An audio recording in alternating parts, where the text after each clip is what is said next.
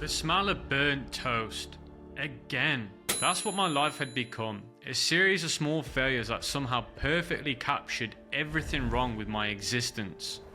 I felt something I hadn't felt in months. Coming home to an empty apartment after my 9-to-5 job, I wasn't even sad anymore. Sadness required caring about something, but I was just existing.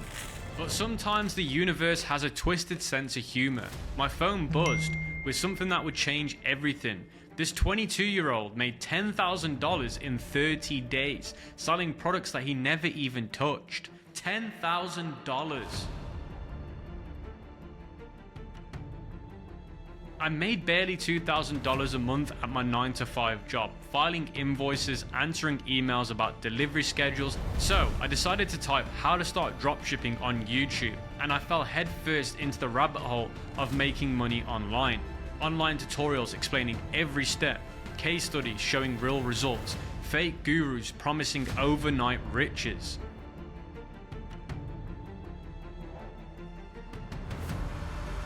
I scribbled notes like a man possessed, shipping times, ad costs, store designs, winning products, but my mind was on fire. The next week became a blur of secret learning. Every spare moment was consumed by this new world I discovered.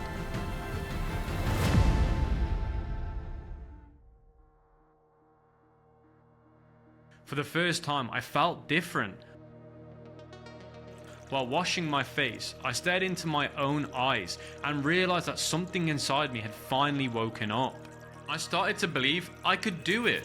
So I told myself, today, I will find my winning product. I opened AliExpress. At first it was exciting, a world of endless possibilities, but the more I scrolled, the worse it felt. Phone cases, oversold fitness gear, maybe dropshipping was just another way for gurus to sell their courses. Scrolling, and scrolling, but nothing was catching my eye until I found this gimmicky gadget. Was this product gonna make me my first $1,000 dropshipping? I opened my first Shopify store and built it in a rush. Grabbed random stock photos from AliExpress, copy and pasted broken product descriptions that barely made sense. It didn't matter. It looked unique, maybe it was unsaturated, maybe it was a hidden winning product. I just wanted to go live so I could make my first sale. My heart was pounding. I set my CBO campaign to $150 a day, 5 ad sets, 3 creatives that I stole from my competitor. And to be honest, I didn't even know how to run Facebook ads, but I just hoped everything I'd learned would work. The next 48 hours were brutal. I sat outside on a bench, replaying every decision I'd made. Was clicking that publish button the right choice? Should I have done more research? Should I have picked a different product? Refresh after refresh, nothing but losses, and not a single sale.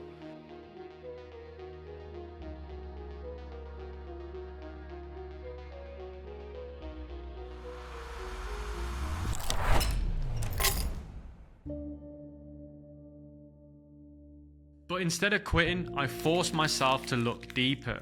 I went back inside, unraveled those crumpled notes I'd thrown across the room in frustration. Dropshipping wasn't about those clever gadgets. It was about solving problems, building trust. That was the key point I'd completely missed. I grabbed a fresh piece of paper and wrote 3 words in capital letters: solve real problems. This time I searched differently. I asked AI a simple question: what are the current trending problem-solving products? And that's when it hit me. I was using the power of artificial intelligence. It doesn't get caught up in flashy gadgets or trendy nonsense like I did. And after a few minutes of scrolling, I found it. It was an anti-aging face cream, not flashy, not a gadget, but it solved a real problem, a real insecurity that people face every single day.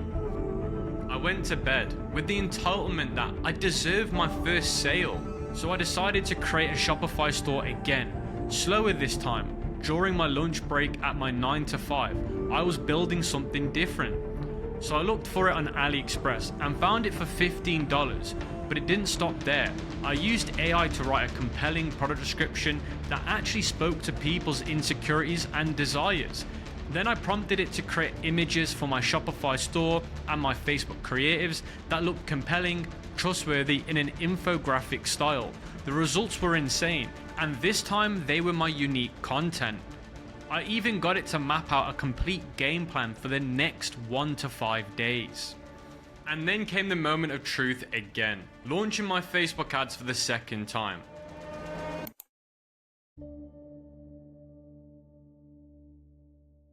I was nervous, but this time it felt different.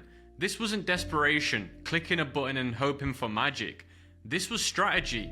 This was someone who learned from their failures and was ready to apply those lessons.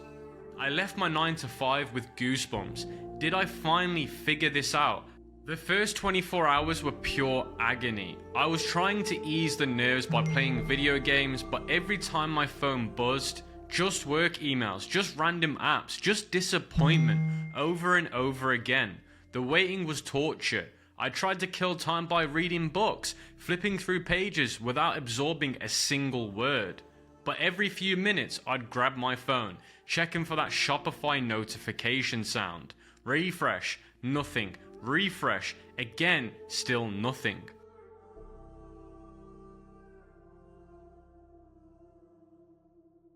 I woke up the next morning with the same doubts from the night before. I was still lying in bed when I heard a notification on my phone.